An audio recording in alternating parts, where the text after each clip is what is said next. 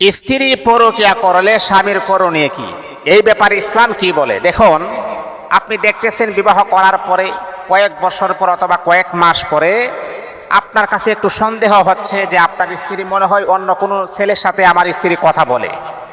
এই যে আপনার একটা সন্দেহজনক, যখন এটা বাস্তবে রূপান্তরিত হবে, হ্যাঁ আমার স্ত্রী পরকীয়ায় সামিল আছে, পরকীয়া করে, এখন আপনার দায়িত্ব হচ্ছে, অনেক পুরুষ আছে যে স্ত্রী পরকীয়া করার কারণে সে কি করে, বিভিন্ন স্টেপ আছে, তালাক দেওয়ার নিয়ম কানুন রয়েছে, আমরা স্টেপ বাদ দিয়ে ডাইরেক্ট অ্যাকশনে নেমে যাই।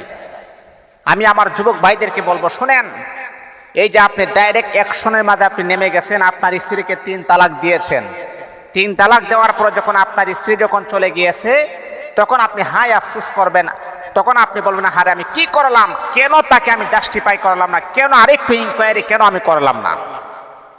অনেক পুরুষ আছে আমরা হুঁশ হারিয়ে ফেলি। আমি আমার যুবক ভাইদেরকে দৃষ্টি আকর্ষণ করে বলবো, যদি এমনটা দেখা দেয় যে হ্যাঁ আপনার স্ত্রী পরকীয়া করে, তখন আপনি 2 জন অ্যাডজাস্ট হবেন, তাকে আপনি বোঝানোর চিন্তা করবেন। তারপরে যখন কোনো কাজ হচ্ছে না, আপনি দেখবেন আপনার স্ত্রী যেই কথা বললে, তার বাবার বাড়ি হোক, তার মা হোক, তার খালা হোক, তার বড় ভাই হোক, যার কথা সে সবচাইতে বেশি প্রাধান্য দেয়, পায়রুটি দেয়, তার মাধ্যমে আপনি তাকে বোঝানোর চেষ্টা করবেন। এরপরে যখন কোনো কাজ হচ্ছে না, আংশিক সময়ের জন্য বিছানা পৃথক করে দিবেন, তাকে আপনি বুঝাবেন যে তোমার পরকীয়ার কারণে আজকে তোমার সাথে আমি একই সাথে ঘুমাচ্ছি না, বিছানা পৃথক করে দিবেন। এতগুলা স্টেপ যখন পার হওয়ার পরে যখন কোনো সংশোধন হচ্ছে না, তখন আপনি তাকে 1 তালাক দিবেন, একটা পানিশমেন্ট দিবেন, 1 তালাক দিবেন।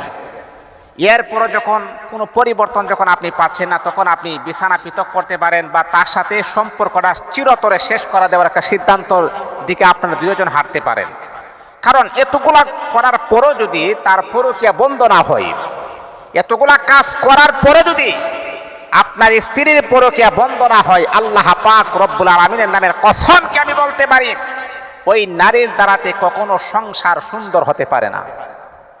এমন বিয়াদব মার্কার নারী আপনার ঘরে তাকার চাইতে না তাকাটাই সব চাইতে বেটার হবে। ওই নারীর দ্বারাতে কখনো সংসার সুন্দর হবে না, উজ্জ্বল হবে না। সে যেমন আপনার ভবিষ্যৎ নষ্ট করবে, আপনার যে ছেলে মেয়ে আসবে তাদের ভবিষ্যৎ পর্যন্ত অন্ধকার করে দিবে।